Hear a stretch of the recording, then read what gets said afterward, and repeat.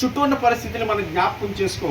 మనకన్నా పైన ఉన్న వాళ్ళు చూస్తూ, లోకాన్ని చూస్తూ ఇంకా అందరాలు ఎక్కాలి, ఇంకా ఏదో సంపాదించాలి, ఇంకా ఏదో ఉన్నతమైన స్థితికి ఎదగాలి అని మోసపోతూ మాయిపోయే పరిస్థితుల్లోనే ఉండిపోతున్నాం. దేవుని వాక్యం చేతి ఒకడు లోకమంతయు సంపాదించి వాడిని సంపాదించుకోకపోతే వాడికి ఏమీ నిన్ను నువ్వు సంపాదించుకోవాలి. దైవజన్మ నీ కొరకు ప్రాణం పెట్టిన క్రీస్తును నువ్వు సంపాదించుకుంటే, క్రీస్తు యందు నువ్వు నిలిచి ఉంటే, ఆయన కృపతో సమస్తం చేయగలిగిన దేవుడి మీద నువ్వు ఆధారపడితే, ఆయన నీకు తృప్తిని సంతృప్తిని ఇచ్చి రేపు నిత్య జీవనంలో నిన్ను నన్ను నిలబెట్టగలిగిన శక్తి కలిగిన దేవుడు అండి. ఆయన ఎంత ప్రేమ కలిగిన వాడు చెప్పండి.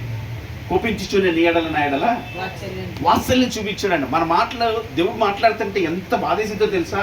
అసలు ఇంత దుర్మార్గులమా అనిపిస్తుందా? ఇంత పాపులమా, ఇంత మూర్ఖులమా, ఇంత దౌర్భాగ్యుల వల్లే ఉన్నామా, అయ్యో ఎందుకు పనికొస్తాం, చీ బ్రతికెందుకు అనే విధంగా అసహ్యం పుట్టేటటువంటి పరిస్థితి వస్తుందండి. ఆయన మనల్ని సరిచేయడానికి గద్దిస్తుండే, కానీ ఆయన ప్రేమని తెలుసా? లోబడిన బిడ్డల కొరకంట దినమెల్లనే చేతులు చాపి పిలుస్తాడంట. ఎంతగా గద్దిస్తాడో మనం లోబడయ్యా, అవునయ్యా నన్ను కనికరించని అడిగితే అంతే విధంగా చేతులు చాచండి ఏం చేస్తాడంట? గట్టిగా కౌగిలించుకునేటటువంటి ప్రేమ కూడా ఆయనదేనండి. దేవుని స్తోత్రం కలిగింది.